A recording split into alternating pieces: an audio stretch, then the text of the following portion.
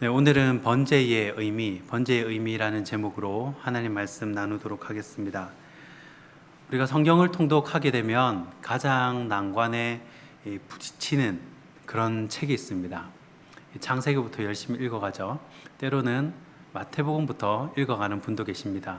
그래서 더러 창세기만 여러 번 읽고 마태복음만 여러 번 읽는 그런 경우도 생기게 됩니다. 좀 더 마음을 다잡아서 읽게 되면요, 첫 번째 난관이 바로 레위기서입니다. 창세기도 50장까지 되지만 의욕 있게 읽어가다가 또 출애굽기도 나름 애굽에서 탈출하는 장면이 재미가 있습니다. 그렇게 읽다가 레위기가 탁 되면 잠이 쏟아지기 시작합니다.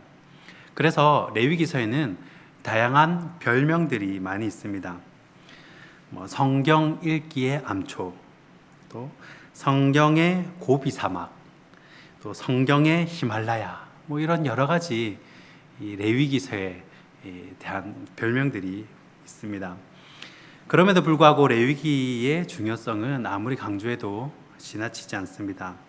유대인들에게 이 모세오경 중에 무슨 책을 가장 먼저 가르치냐 물어보면요, 저는 쉐마 이스라엘, 들으라 이스라엘, 이 신명기서를 먼저 가르칠 줄 알았어요. 그런데 유대인들은 레위기를 가장 먼저 가르친다고 이야기를 합니다. 그도 그럴 것이, 이 아기가 태어나자마자 할례를 받죠. 그 다음에 음식법, 안식일법, 여러 가지 규칙들이 다 레위기서를 모르면 알 수가 없습니다. 이 신약이 실체라면 구약이 그림자입니다.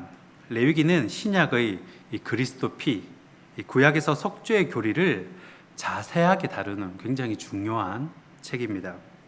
원래 레위기는 히브리어로 와이크라, 그러니까 그리고 그가 부르셨다라는 뜻입니다. 접속사가 있다는 것은 앞에 성경인 이 출애굽기와 연결된다는 것을 알 수가 있습니다. 그런데 BC 2세기부터 전 세계에 흩어져 살던 이스라엘 백성들이요, 점점 자신의 언어인 히브리어를 잊어버리게 되는 겁니다. 우리도 미국에 이민 가면 1.5세, 2세만 돼도 3세 이래 가면 사실 한국말보다 미국 언어, 영어가 더 편한 경우를 많이 보게 됩니다. 그러니까 이 디아스포라들이 히브리어는 점점 잊어버리기 때문에 성경은 가르쳐야겠고 히브리어는 모르고, 그래서 그 당시 가장 많이 쓰였던 언어인 헬라어로 성경을 번역하기 시작합니다. 70명 정도 학자들이 모여가지고요, 이 이집트 알렉산드리아를 중심으로 사람들이 몰려가지고 번역을 했다고 해서 우리는 이것을 70인역 성경이라고 부릅니다.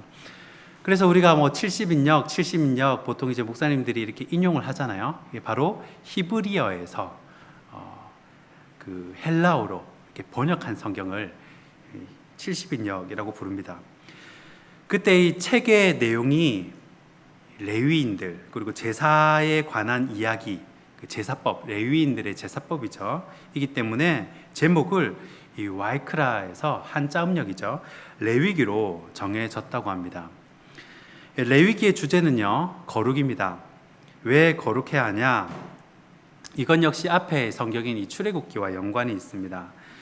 출애굽기 19장에서 하나님은 이스라엘 백성과 시내산 언약을 맺게 됩니다. 너희는 내 소유가 되겠고 또 제사장 나라가 되며 거룩한 백성이 되리라. 이렇게 언약을 맺습니다. 하나님과 이 계속적인 언약을 맺기 위해서는요, 이 거룩해야 되는데 이스라엘 백성들이 이 죄를 짓기 시작합니다. 그래서 다시 하나님과의 관계를 회복하기 위해서 필요한 것이 바로 죄사이고, 오늘 이 번제는 이 5가지 죄사의 종류 중 하나입니다. 그러니까 죄사도 종류가 좀 있거든요. 그러니까 보시면요, 제가 5가지를 적어왔습니다.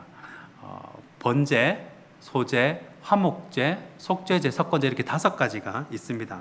그런데 이 제사 드리는, 이거는 제사의 종류고요, 제사 드리는 방식에 따라서 또 이렇게 부르는 게 있어요. 그래서 흔들어 드리는 뭐죠? 요제, 그리고 들어 올리는 거제, 그리고 태워 드리는 화제, 그리고 부어 드리는 전제. 왜 사도 바울이 나를 그 전제처럼 쏟아 부었다 그랬잖아요. 이거는 제사 드리는 방법이에요. 방식에 따라 또 이렇게 나눕니다. 그래서 오늘은 이 제사, 그러니까 번제의 유래와 또 그 핵심, 그리고 5대 제사의 의미를 큰 틀 위주로 한번 살펴보려고 합니다. 첫 번째는 번제의 유래입니다. 번제는 이 태워 바치는 제사라는 의미입니다.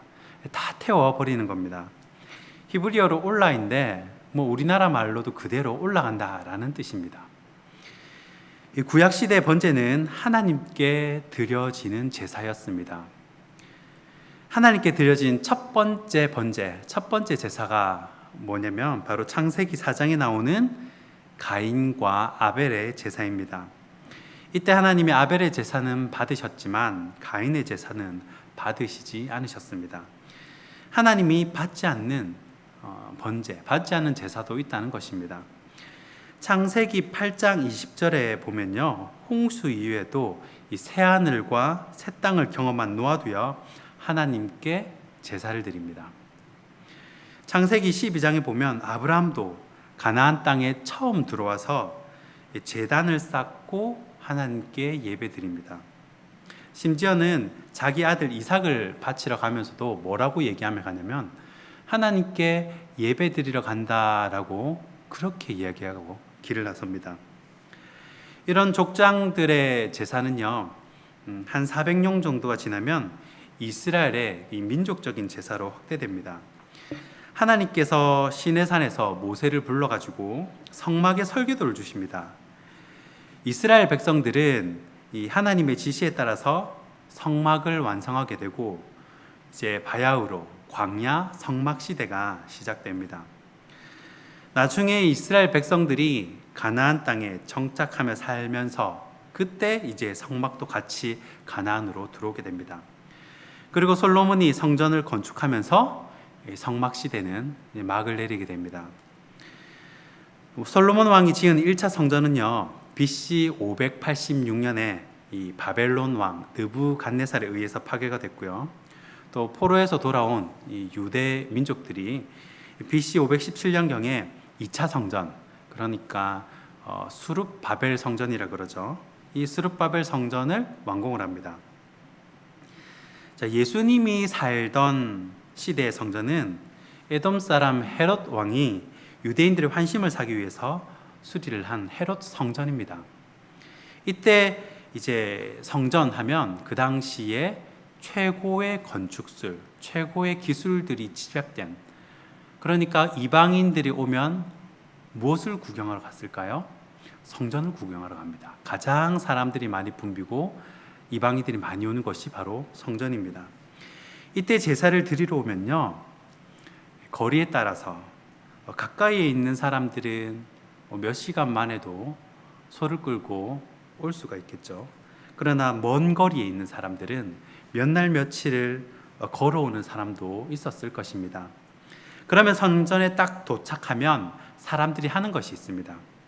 이 정결례라고 하는 건데, 욕조 같은 데다가 이제 물을 담아 놓고요, 거기에 온몸을 담그고 나오는 겁니다. 그래서 내가 하나님 앞에 나아갈 수 있을 만큼의 이 정결함을 회복하기 위한 그런 행위가 바로 정결례입니다. 그런데 이 성전도요, 나중에 주후 약 70년경에 로마 장군 타이투스에 의해서 파괴가 됩니다. 그리고 예수님이 요한복음 2장 21절에 뭐라고 말씀하시냐면 참된 성전은 바로 자기 자신임을 말씀해 주십니다. 다시 말해서 이 성막이나 또 성전의 개념을 초월한 예배에 대해서, 그런 제사에 대해서 설명을 하신 겁니다. 그러니까 더 이상 이제는 예수님이 오시고 난 이후 더 이상은 구약의 번제가 필요가 없어진 것입니다. 정리를 해보면 처음에 제단에서 제사를 드리다가, 그리고 성막, 광야 성막에서 번제를 드렸죠. 예배를 드리고, 그리고 그 다음에 어디로 갔죠? 성전에서 번제를 드리다가 이 참된 성전이신 실체이신 예수님이 오시게 됩니다. 그러면서 여러 종교 회의를 거쳐서 이 사도들이 믿는 바 사도신경과 예수님께서 가르쳐 주신 기도, 이 주기도문, 그리고 찬양과 기도, 예물, 말씀이 들어가서 오늘날의 이 예배 형태가 자리 잡게 된 것입니다. 이 제단, 그리고 성막, 성전, 그리고 참된 성전이신 예수님, 그리고 교회된 우리 성도. 참고로 말씀드리면 구약의 성막과 성전은 예수님의 모형입니다. 그래서 예수님을 마음에 영접한 사람들은 이 성령을 보시는 하나님의 성전이 되는 것입니다. 그렇다면 이제 두 번째, 이 번제의 핵심은 무엇이냐? 이 창세기부터 제사가 이렇게 쭉 흘러왔는데 이 제사의 핵심이라고 하면 바로 속죄입니다. 죄가 있으면 하나님과의 관계가 깨어지니까 그 죄를 어떻게 했든 해결을 해야 됩니다. 그래서 그 죄를 없애야 하는데 나 대신 소나 양이나 이런 새를 잡아가는 겁니다. 본문 3절부터 이렇게 친절하게 설명을 해줍니다. 소로 예를 들잖아요. 오늘 본문 4절입니다. 오늘 본문 4절 함께 한번 읽어보겠습니다. 본문 4절입니다. 시작. 그는 번제물에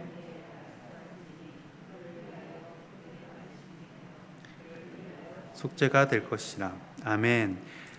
자, 여기서 그는, 여러분 그는 돼 있죠. 그는 번제물의 머리에 안수할지니. 여기서 그는 제사장일까요? 소를 가지고 온 사람일까요? 네, 소를 가지고 온 사람입니다. 이 소를 가지고 온 사람이 소에게 안수를 합니다. 왜 그렇게 하겠습니까? 예, 그렇죠. 자신의 죄를 소에게 안수를 통해서 뭐를 해요? 전가시키는 겁니다. 내 죄를 다 소에게 이렇게 전가시키는 거예요.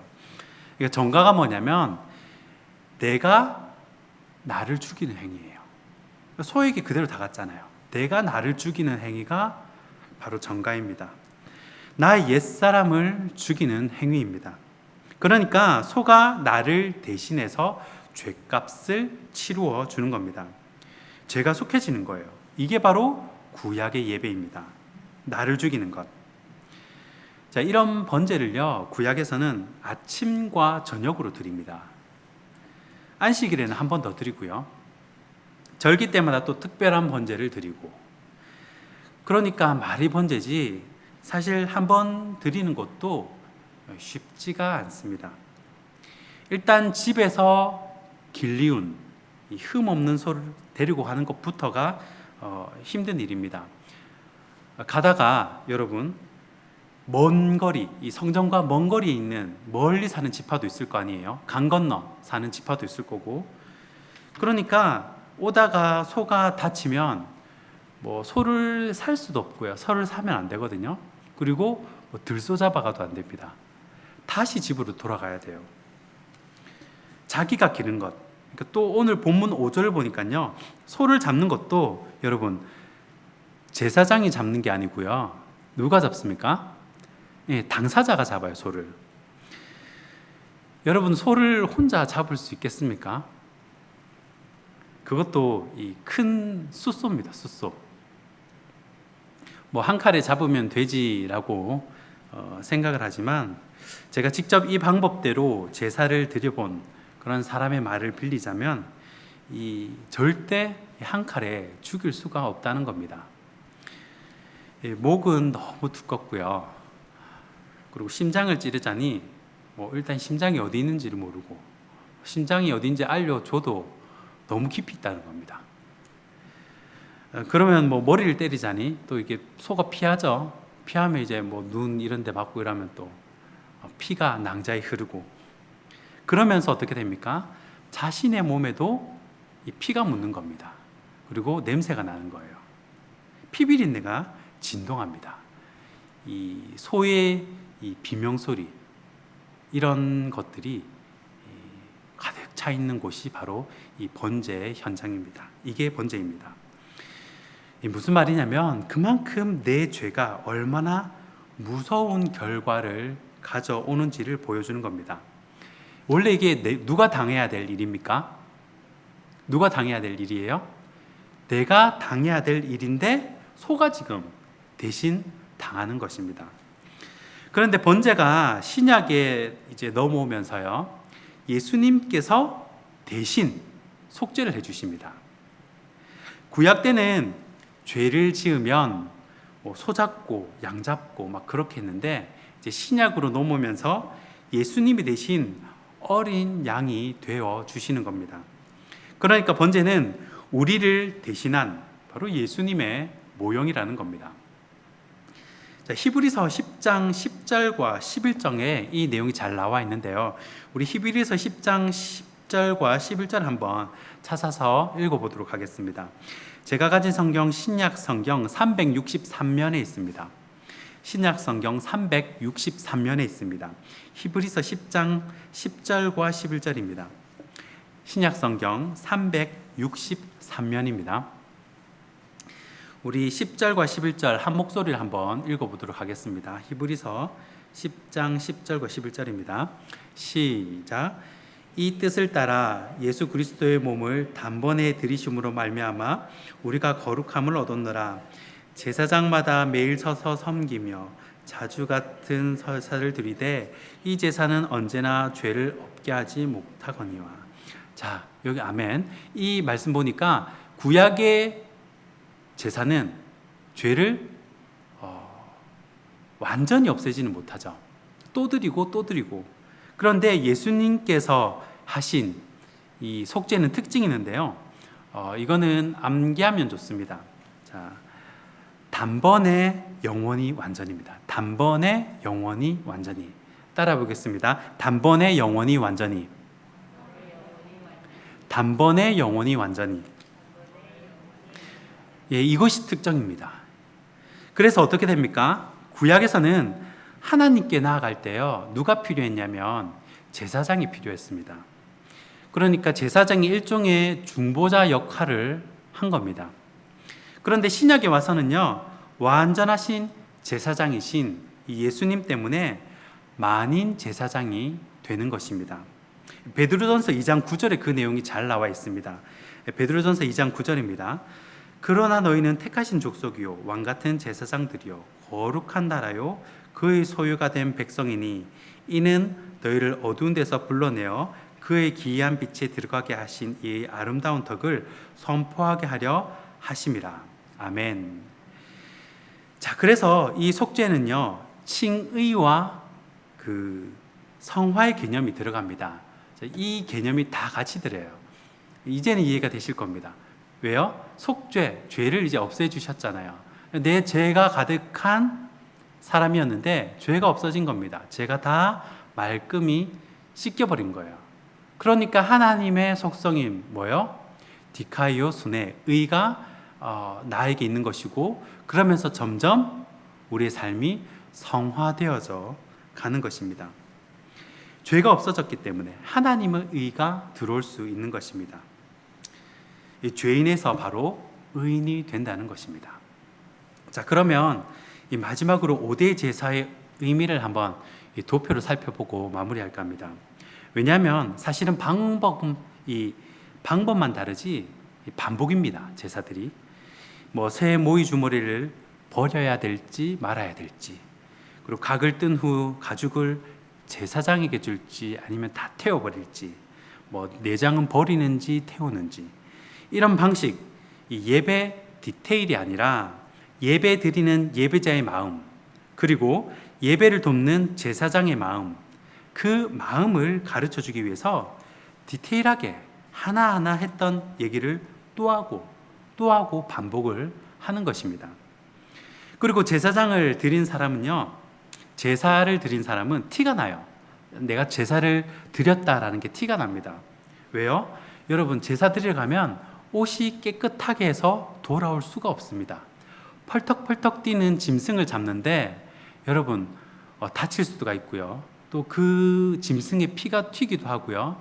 땀을 뻘뻘 흘리게 되고 티가 안 날 수가 없습니다. 뿐만 아니라 냄새도 많이 나겠죠. 그러니까 여러분, 이사야가 말한 것처럼 이 교회 마당만 밟고 가는 사람과 또 진짜 예배를 드린 사람은 확연하게 차이가 날 수 있다는 겁니다.